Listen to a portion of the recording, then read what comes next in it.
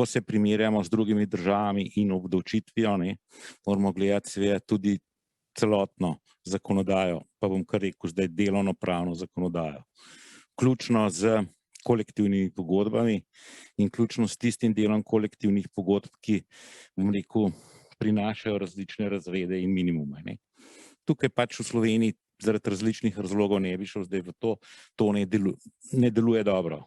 Jaz bi tukaj seveda odprl to vprašanje in povabil delodajalce in delojemalce, da dejansko to uredijo.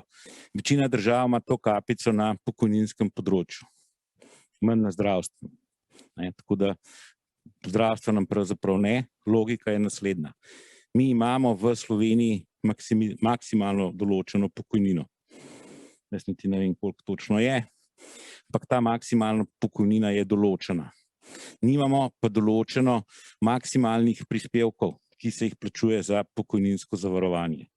Zakaj se dejansko, bom rekel, je tukaj neka stopnja pravičnosti, da ne plačuješ od neomejenih zneskov v pokojninsko blagajno, ampak od omejenih, zaradi tega, ker je tudi pokojnina na vrhu dejansko omejena.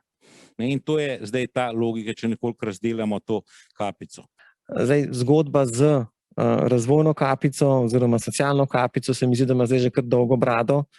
Tako da zdaj je že skoraj kralj Matjaž, kar se tiče brade, tako da jaz mislim, da tudi ta aktualna vlada ima zelo resne namene skupaj z Svetom za debirokratizacijo te stvari urediti, kar absolutno pozdravljamo.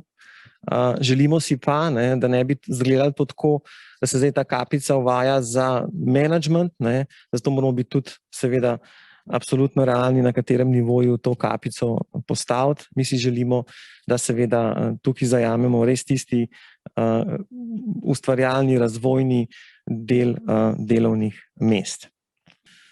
Meja na nekih 6.000 evrih je najverjetneje res kar precej visoka za večino industrij, tako da tukaj sam predlagam, da se dejansko pogleda mehanizem v Avstriji, kjer je ta meja nižja, tako da se približamo tam nekje med 4.500 evri. Po mojem bi pa že bila nek efekt tudi na tem razvojnem področju, ne samo na tem seveda področju pravičnosti pri vplačilih v pokojninski sistem.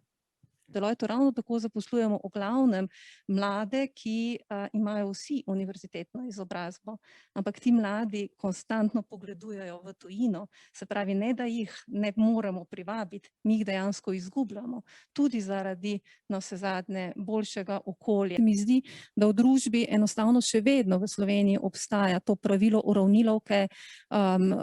Jaz absolutno zagovarjam socialno državo, ampak vseeno je pa potrebno narediti usporednico med pravicami in med obveznostmi. Z razvojno kapico, če bo postavljena na primerni ravni, se pravi, ne vem, govorimo, zapisano je 6.000, okoliške države, ne vem, mislim, da ima Avstrija na 4,5. Če naredim malo primerjavo z plačami, pa mogoče v našem sektorju, kjer imamo visoko izobražen kader, ki imamo kader, ki vleče naprej, ki je razvojen kader, bi ta meja 6.000 ne pomenila veliko, zaradi tega, ker je relativno mali odstotek tistih zaposlenih, ki bi jim to pomenilo potem privlačnost, da bi kljub temu se ne spogledovali za tujino in da bi ostajali v Sloveniji in tudi zaradi tega efekta razvojne kapice, socialne kapice, potem ostali pri nas zaposleni.